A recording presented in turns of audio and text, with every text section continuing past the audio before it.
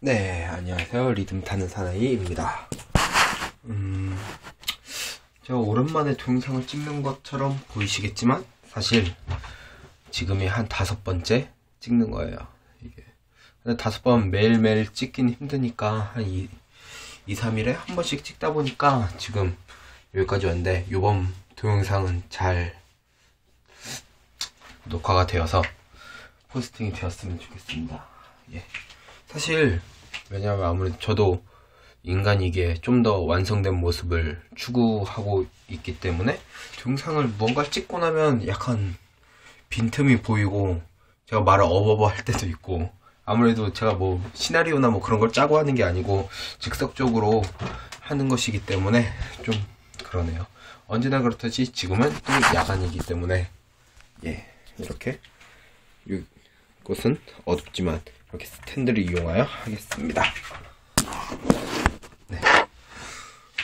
제가 이번에 소개해드릴 주제는 브리딩이에요. 레오파드 게코의 브리딩. 사실 뭐 제가 전문 브리더도 아니고 그냥 단순 취미생활로 하고 있기 때문에 너무 전문적인 지식은 제가 없기 때문에 크게 말씀드릴 수는 없고, 그래도 보통 사람들보다는 좀 더 많이 키우고 많이 해봤기 때문에 좀 더 경험이나 노하우 이런 거에 대해서 제가 언급을 하려고 해요. 네. 근데 일단 제가 브리딩을 이게 되게 조심스러운 이유가 브리딩을 하게 되면 새 생명이 나오고 그 새 생명을 잘 보살펴 줄 수 있고 관리를 해줄 수 있어야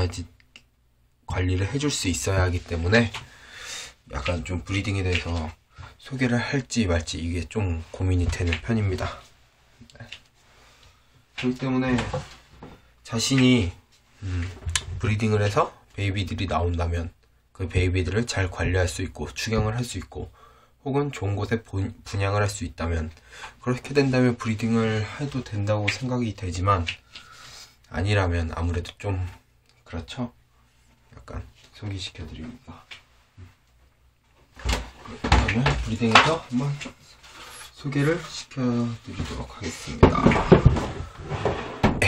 이거는 빈통인데, 네. 일단 브리딩이라는 것 자체는 한 마리만 있어서는 되지 않기 때문에 적어도 수컷 한 마리와 암컷 한 마리 이렇게 최소 암수 한 쌍이 있어야지 이루어지기 때문에 일단 그냥 한 마리만 키우는 것보다 좀 더 넓은 사육장이 필요가 해요. 그리고 건강한 수컷과 암컷이 존재해야겠죠. 그럼 일단 사육장을 한번 세팅을 해주도록 하겠습니다. 일단 국민 바닥재 신문지를 깔아줍니다. 사실 신문지를 굳이 깔 필요가 없는 게 레오파드 게코도 게코들이기 때문에 신문지가 없어도 잘 돌아다녀요. 근데 아무래도 신문지가 혹시나 나중에 배변을 하거나 그렇게 되면 청소하는데 용이하기 때문에 신문지를 좀 많이 쓰는 편입니다. 이렇게 물을 뿌리는 이유는 습도 뭐 그런 게 아니고 신문지가 좀 더 바닥에 잘 붙어 있기 위해서 뿌리는 것이기 때문에, 네. 한번 소개시켜 드리도록 하겠습니다. 일단 이거 불을 켜고 해야겠다. 네. 일단 브리딩을 하기 위해서 중요한 것은 건강한 수컷과 암컷이 있는 것입니다. 수컷과 암컷 같으면 요번에 나올 녀석은 랩터 수컷이에요. 짜잔.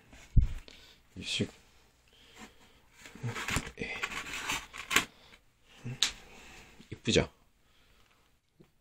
사진상에, 이게 카메라상에 잘 나올지 모르겠는데 붉은색의 레드아이를 갖고 있는 랩터입니다. 랩터 같으면 레드아이, 알비노, 패턴리스 스트라이프, 그리고 트램퍼 오렌지의 약자예요. 네. 이렇게 말씀드리는, 브리딩을 하더라도 좀 더 이쁘게 좀 더 좋은 녀석들을 뽑고 싶으면 유전자에 대해서도 어느 정도 좀 알아야 되기 때문에 이렇게 말씀드립니다. 그런데 건강한 수컷이 어떤 것이 건강한 수컷인가? 건강한 수컷을 말씀드리기보다는 건강한 레오파드 개코에 대해 간략하게 설명을 드릴게요. 건강한 레오파드 개코 같은 경우는 그러니까 브리딩에 능한 레오파드 개코 같은 경우면 몸무게가 일단 최소 35g 이상이 되어야 돼요. 근데 이게 해외에서나 35g 이렇게 따지지, 제 생각엔 한 40g에서 45g 정도는 되어야지 어느 정도 브리딩이 가능하지 않은가라는 생각이 듭니다. 이 녀석 같으면 지금 몸무게를 재면 56g. 그리고 이 녀석은 푸르분 브리더예요. 푸르분 브리더의 뜻에 대해서 모르시는 분들이 많은데, 푸르분 브리더는 간단히 말씀드려 직역하면 푸르분, 입증된, 증명된 브리더, 말 그대로 브리더예요. 브리드가 번식하다라는 뜻인데 번식자 이렇게 생각하면 입증된 번식이 가능한 녀석들을 푸르분 브리더라고 하죠. 예, 그렇기 때문에 수컷 같은 경우는 메이팅 후 유정란을 생산을 했느냐 안 했느냐. 메이팅은 짝짓기를 말해요. 암컷 같은 경우는 메이팅 후 유정란을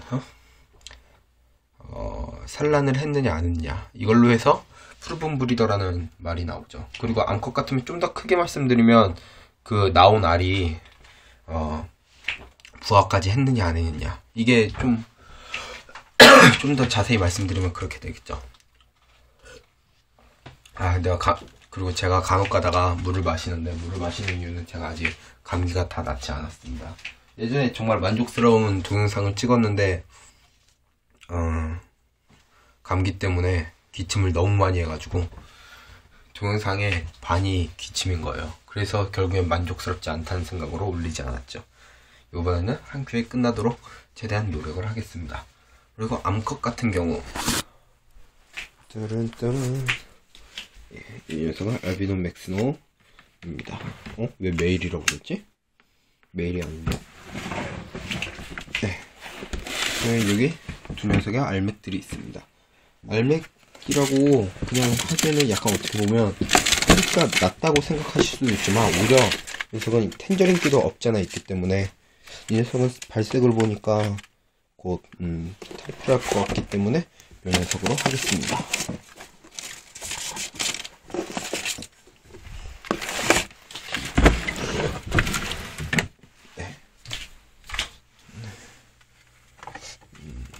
이 녀석 같은 경우는 지금 51g, 굉장히 이상적으로 괜찮은 몸무게죠. 참고로 이 녀석도 푸르분 브리더이기 때문에 메이팅 하는데, 브리딩을 하는데 좀 수월하지 않을까라는 생각이 듭니다. 예. 암컷 같은 경우도 최소 35g 이상이 되어야 되는데, 그 이유는 단순히 제가 아까 말씀드렸듯이 적어도 40g은 넘어야 되지 않냐, 이런 말씀을 드리는 게, 40g이 넘었을 때는 에그 바인딩이 일어나는 개체가 거의 없더라고요. 물론 너무 온도가 낮거나 막 좀 안 좋은 사육 환경이라면 좀 더 에그 바인딩의 위험도 있겠지만, 보통은 40g, 거의 45g 이상 되는 녀석들이 브리딩을 해서 뭐 에그 바인딩 걸린 적은 저는 없는 것 같아요. 그렇기 때문에, 그리고 이 녀석도 아까 말씀드렸듯이 푸르분이기 때문에 뭐 에그 바인딩에 대한 위험은 전혀 없다고 생각을 합니다. 예. 이렇게 50g. 암컷 같은 경우도 35g 이상이지만 제 생각에도 한 45g 정도 돼야지. 왜냐면 레오파드 개코가 산란을 하게 되면 한 번 산란하고 끝나는 것이 아니고 보통 두 번에서 세 번 정도 재산란을 해요. 건강 상태에 따라 다르지만.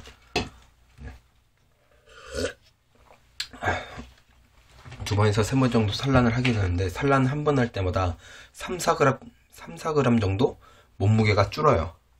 근데 단순 알을 낳았을 때 그 정도 되는 거고, 그 외에도 산란 거식이라던가 그런 게 안 좋은 상황이 쌓이게 되면 그 암컷은 알을 낳고 안 좋게 보면 죽으러 가는 길이에요. 건강하지 않은 녀석이 브리딩을 하게 된다면.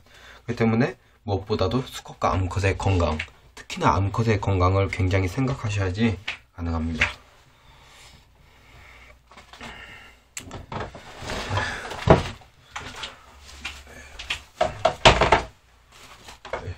그리고 사실 암수 구분에 대해서도 보여드리려고 했는데,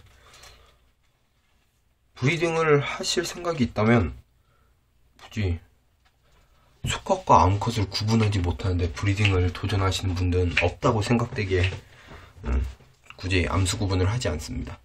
암수 구분을 가르쳐 드리지는 않겠습니다. 하지만 하나 팁을 말씀드리면, 이 녀석이 수컷, 이 녀석이 암컷인데 수컷과 암컷의 두상의 차이를 보면 수컷이 더 커요, 보통. 그래서 수컷들이 좀 대두의 경향이 없지 않아 있습니다. 네.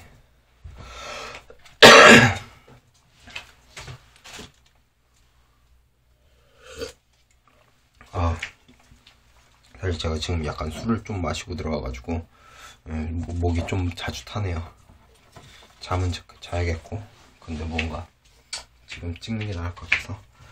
가지고 지금 습식은처가 없는 이유는 메이팅을 시도하게 되면 암컷이 도망가거나 그럴 때 습식은처가 이런 데 가운데 그게 딱 있으면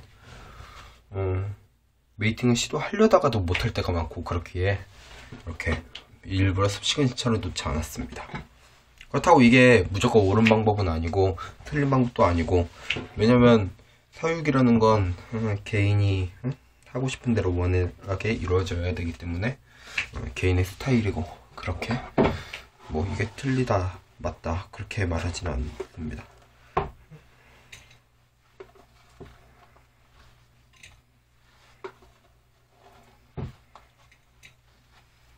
머리가 떨어졌는데.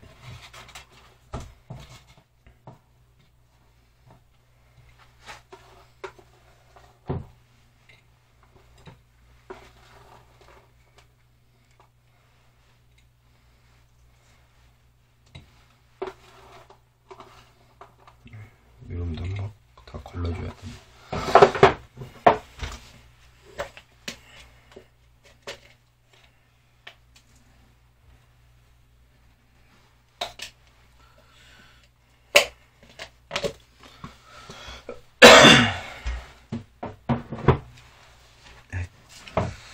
그리고 제가 습식은처가 있을 때는 물 그릇을 넣는 편이 아닌데, 습식은처가 없기 때문에 물을 넣어주도록 하겠습니다.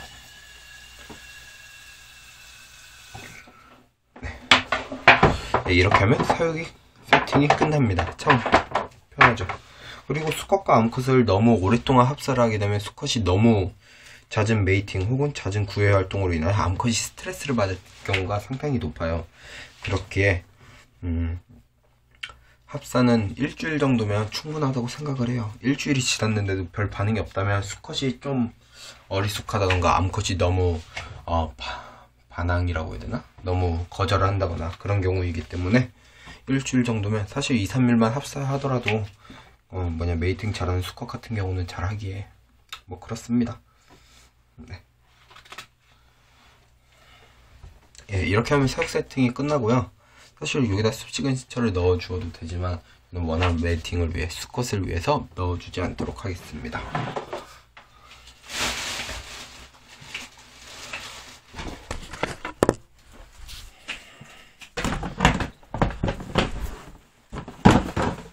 이렇게 넣어주고 랩텀에 이걸 떼다가 여기다 붙여줍니다.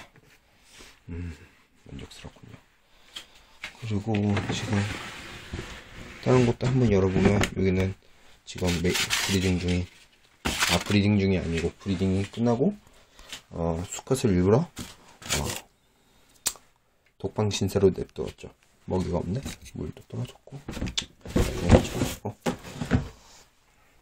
예. 그렇게 메이팅이 제대로 되었다면 2주에서 3주 시간이 지나면 산란을 하게 돼요. 예.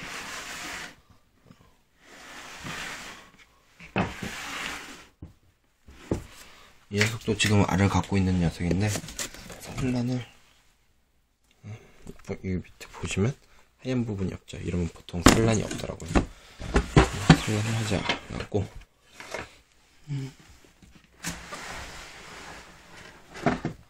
보여드리면 이 녀석은 곧 산란이 얼마 안 남은 녀석들입니다.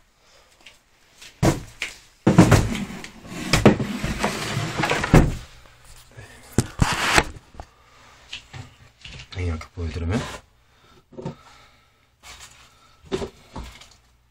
예, 이게 산란 중일 때 산란장의 모습인데, 이 녀석 보면 지금 땅이 상당히 많이 파져 있죠.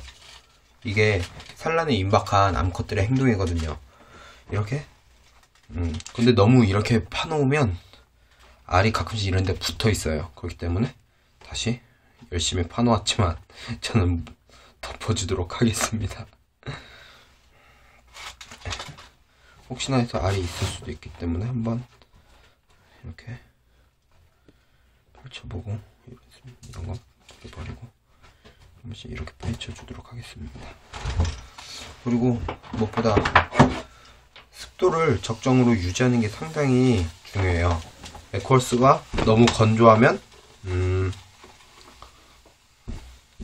에코워스가 너무 건조한 경우에는 알을 낳더라도 알이 같이 마를 가능성이 있고, 너무 습하면 물기가 많기 때문에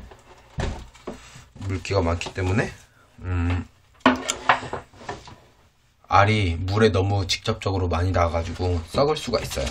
그렇기 때문에 상당히 중요합니다. 네. 그리고 암수 구분에 대해서, 암수 구분이래. 임신, 유무 판단하는 거에 대해서 질문이 많으신데, 뭐라고 말씀드렸냐. 임신하면 사실 딱 보여요. 배만 보면. 이 녀석은 다 임신을 해. 특히나 이 녀석 같은 경우도 이렇게 살포시 이렇게 제껴주면, 예, 왜 가운데 알이 보이시죠? 가운데 이곳에 알이 있고 이곳에 알이 있습니다. 응? 알이 3개인가? 2개구나. 여기 보시면 이렇게 알이 이렇게 보여요. 참 쉽죠? 너무 배를 이렇게, 저 같은 경우는 그냥 보통 확인할 때 최대한 스트레스를 안 받게 해주기 위해서 꼴을 잡고 살짝 올려서 이렇게 보거든요. 밑을 이렇게 보고. 근데 브리딩을 처음 하신다면 알이 있는지 없는지 확인하는 것도 상당히 어렵기 때문에 이렇게 잡고서 배를 살짝 눌러주시거나 이렇게 해주시면 알이 보입니다. 이렇게 쉽게 보입니다. 네. 근데 배에 지방 패드가 많다면 사실이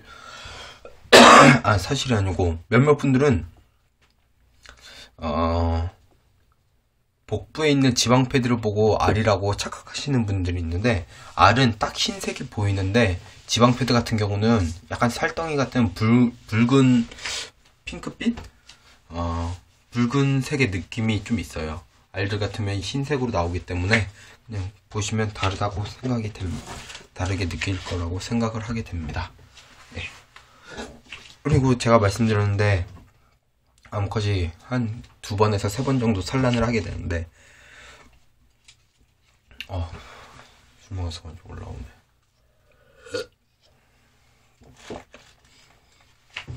이번에서 산란을 하게 되고, 그때 제일 중요한 게 암컷이 아무래도 알이기 때문에, 알 껍질이 칼슘이 아무래도 있기 때문에 칼슘을 얼마나 잘 섭취를 하느냐, 그게 굉장히 중요해요. 그렇기 때문에 제가 D3가 없는 칼슘제를 쓰는 이유는, 일명 D3 중독이라는 게 있어요. D3가 중독되게 되면, 저도 어떤 현상이 일어나는지 모르는데 D3 중독이 일어나게 되면 상당히 안 좋다고 합니다. 그렇기 때문에 D3가 없는 칼슘제를 써서 순수 칼슘만 섭취할 수 있도록 만들어주거든요. 나머지 뭐 비타민이나 미네랄 이런 거 같은 경우는 다른 영양제로 제가 추가 급여를 하는 편이고, 네, 이렇게 산란을 하게 되면 이제 다른 걸 보여드려요. 산란을 하게 되면 알들을 낳게 되겠죠. 알을 낳게 되면 그 알들은 이렇게 있습니다. 지금 총 6개 알이 있는데,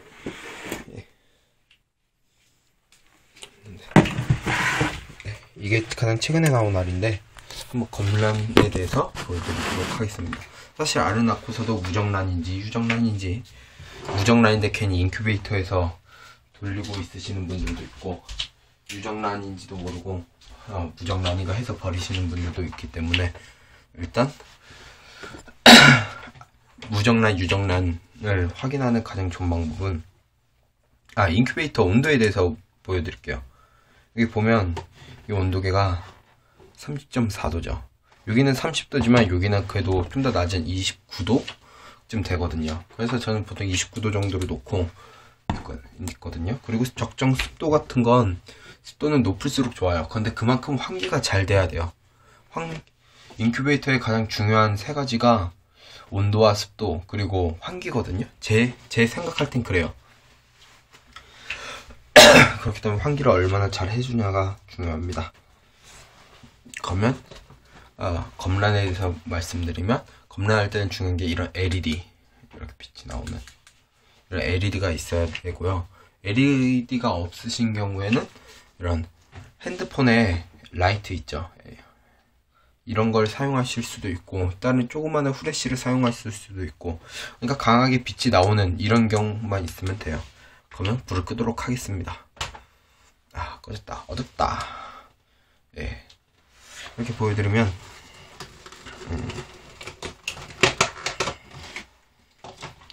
이게 요번에 받은 알인데,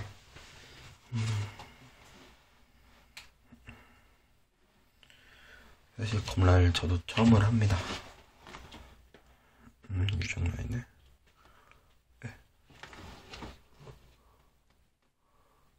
가까워도 이렇게 초점이 잡히나? 여기 가까이 보시면 붉은색 모양이 있을 거예요. 여기 보시면 이렇게 붉게 이렇게 동그라미 모양과 가운데 선이라던가 점이 있거든요. 이런 경우가 무정란이에요. 이건 나은 지 얼마 안 됐기 때문에 사실 도마뱀이 성장한 모습이 안 보이는데, 나중에 한 달 정도 지나고 한번 딱 검란을 하면 안에 도마뱀이 보여요. 사실 이 알 같으면 12월 22일 65번째 66번째 산란 알이 되겠습니다.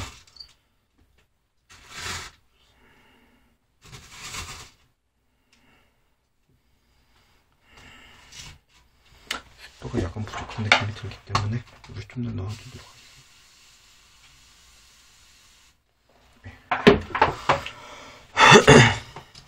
그리고 한 가지, 이렇게 에그박스로 하게 되면 하나 팁을 말씀드리면, 처음에 습도를 한 80%, 90% 맞췄을 때 이것에 무게를 재요. 무게를 재었다면 그 무게가 적정 습도가 되겠죠. 그렇기 때문에 예를 들어 그 무게가 100g이었다. 근데 어느 순간 보니까 한 80g 떨어졌다. 그러면 20g만큼의 물이 날아간 거기 때문에, 아니면 혹은 알이 성장해서 몸무게, 그 알이 성장해가지고 그 자체 무게가 좀 더 늘어날 수도 있긴 하지만, 그렇다면 다시 물을 한 20g 정도 넣어서 그 알 무게를 맞춰주는 것도 상당히 좋아요. 이거는 한 2주 정도 된 알인데,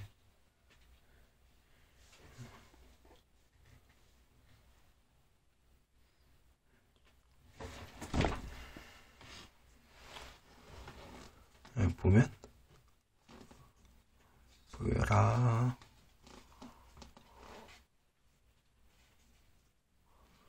초점이 안 잡히니. 잡혔다. 선명하게 빨간 핏줄이 보이죠. 이런 경우가 유정란이에요. 그리고 유정란과 무정란은 사실 만지면 차이가 나는데, 무정란 같으면 좀 약한 느낌이 있어요. 할 때 약간 물컹한다고 해야 되나? 근데 유정란 같으면 좀 더 딱딱한 느낌이 있고, 이런 식으로 메추리알보다는 좀 더 홀쭉한 느낌의 이렇게 타원형을 띠게 돼요. 무정란과 유정란 구분법에 대해서 말씀드렸습니다.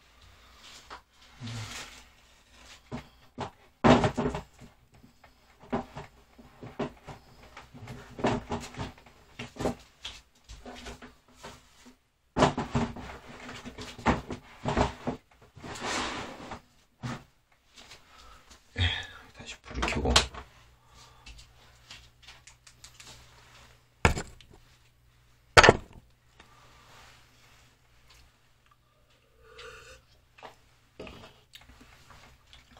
그리고 다른 녀석을 보여드리면, 베이비를 보여드리는 것도 중요한데, 사실 베이비들을 관리법이나 그거에 대해서는 나중에 제가 베이비를 부화시키게 되면 다시 설명드릴 거고요. 보시면 아시다시피 요새 베이비 애들 보여드리도록 하겠습니다. 여기 보면 베이비 두 마리가 있죠. 오른쪽은 슈맥, 왼쪽은 알비노 맥슈퍼 스노우입니다. 베이비들 관리에 대해서 간략하게 말씀드리면 온습도를, 특히나 습도를 유지하는 게 상당히 중요해요. 그 이유가 중요한 이유가 무엇이냐, 베이비들 같으면 탈피를 하게 될 때 잘 못하는 경우가 많거든요. 그렇기 때문에 습도를 최대한 높여서 해주셔야지 베이비들이 탈피를 잘하고, 탈피할 때 괜히 남은 이물질이 없어서 나중에 건강에도 큰 도움이 됩니다. 그렇기 때문에 습도를 높이는 게 상당히 중요해요. 그래서 하루에 한 번 혹은 두 번 정도 저는 이걸로 미스팅을 전체적으로 뿌려주거든요. 항상 습하게 유지시켜 주려고. 그리고 가끔씩 부화하는 녀석들 중에 조기 부화하는 녀석들이 있어요. 제가 들고 있는 이 녀석도 조기 부화를 했던 녀석인데, 알슈맥인 줄 알았는데 알고 보니 스노우랩터였던 녀석입니다. 이 녀석 같으면 상당히 많이 자랐죠. 몸무게가 얼마나 되려나? 한 30g 나가나? 32g? 33g? 그 정도 나올 것 같은데, 이 녀석은 처음에 보통 레오파드 게코가 부화하는 기간이 50일에서 60일 정도 걸려요. 보통 2달 정도 걸리는데 이 녀석 같으면 40일 만에 부화를 한 녀석이에요. 간단히 말씀드리면 사람도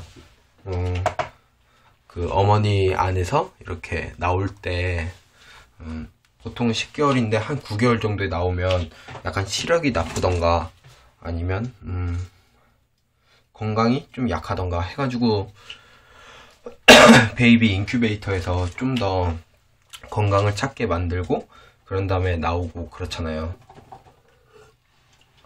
미쳤냐 너? 미쳤구만 이게. 그렇기 때문에 레오파드 게코도 적정할 때 부화를 하는 게 상당히 중요해요. 몸무게를 한번 재보면 33g? 많이 자랐네. 그리고 저는 그냥 꼬리를 만져서 핸들링을 하지만 보통 분들은 꼬리가 아닌 몸을 만져서 하는 걸 추천드립니다. 꼬리를 만지면서 핸들링을 하게 되면 제 생각엔 너무 세게 만지지 않는 이상 오히려 이게 좀 더 편한 것 같아요. 꼬리를 만지고 이러는 게 좀 더. 그래가지고 이 녀석을 보여드린 이유는 조기 부화를 하게 되면 상당히 힘들어요. 처음에는 막 머리를 따가지고 매일매일 먹이를 주고 그래도 잘 안 먹어가지고 이 주사기 가지고 영양제랑 그런 거 해가지고 넣어주면서 키우고 그랬거든요. 그렇기 때문에 네. 그렇게 자라다가 지금은 이렇게 건강하게 혼자서 웜도 사냥하고 그렇게 자란 녀석입니다.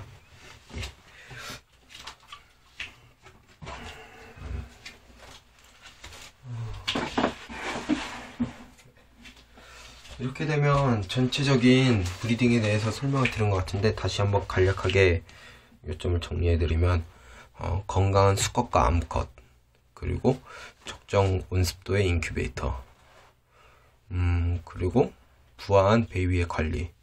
도중에 빠졌다고 치면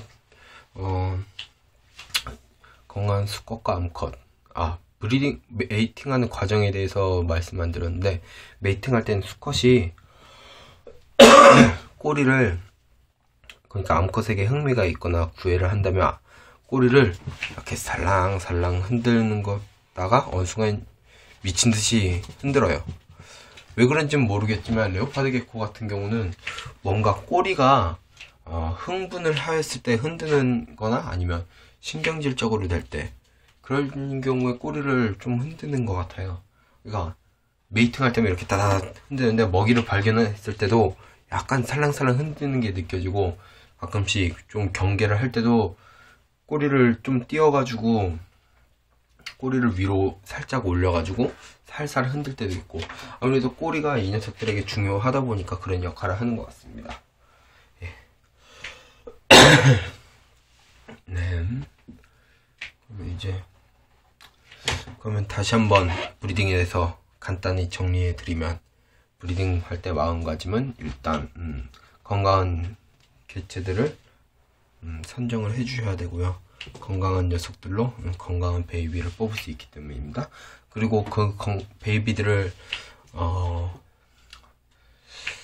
부화까지 시켰을 때 그 베이비들을 관리를 할 수 있는지, 단순히 그냥 브리딩이 재밌어가지고 하는 것도 있겠지만 그래도 아무래도 그 2세들을 관리할 수 있는 능력이 있는지, 그것이 좀 중요하다고 생각을 합니다.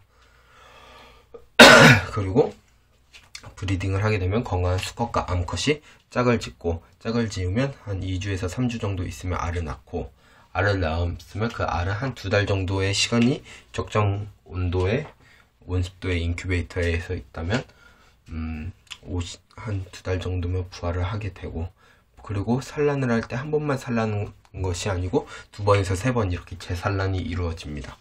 네. 산란 주기 같은 경우도 한 2주에서 3주 정도 걸려요. 개체마다 다르지만 2주마다 이렇게 낳는 녀석들도 있고 한 3주 정도 걸려서 낳는 녀석들도 있고, 그렇기 때문에 개체마다 제각각입니다.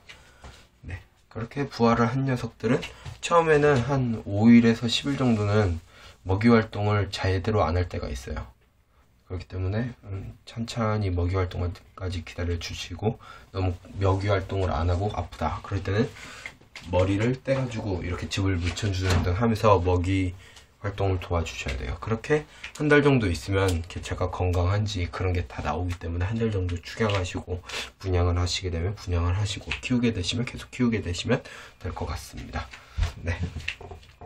이렇게 말씀드리면 브리딩에 대해서 전체적인 진행 방향, 아니면 해야 될 점, 뭐 주의할 점에 대해서 간략하게 설명을 드린 것 같습니다. 다음 동영상 때는 아직 주제를 안 정했지만 뭘 해야 될지 모르겠네요. 제가 사실 레오파드 개코를 그렇게 잘 아는 것도 아니기 때문에 이것저것, 그래서 파충류에 대해서 이것저것 찍을 것 같기도 합니다. 네, 그러면 다음 시간에는 좀 더 좋은 자료로 한번 찾아뵙도록 하겠습니다. 그러면 지금 밤도 늦었는데, 물론 이 포스팅이 언제 될지 모르겠지만 다음에 뵙겠습니다. 그럼 뿅.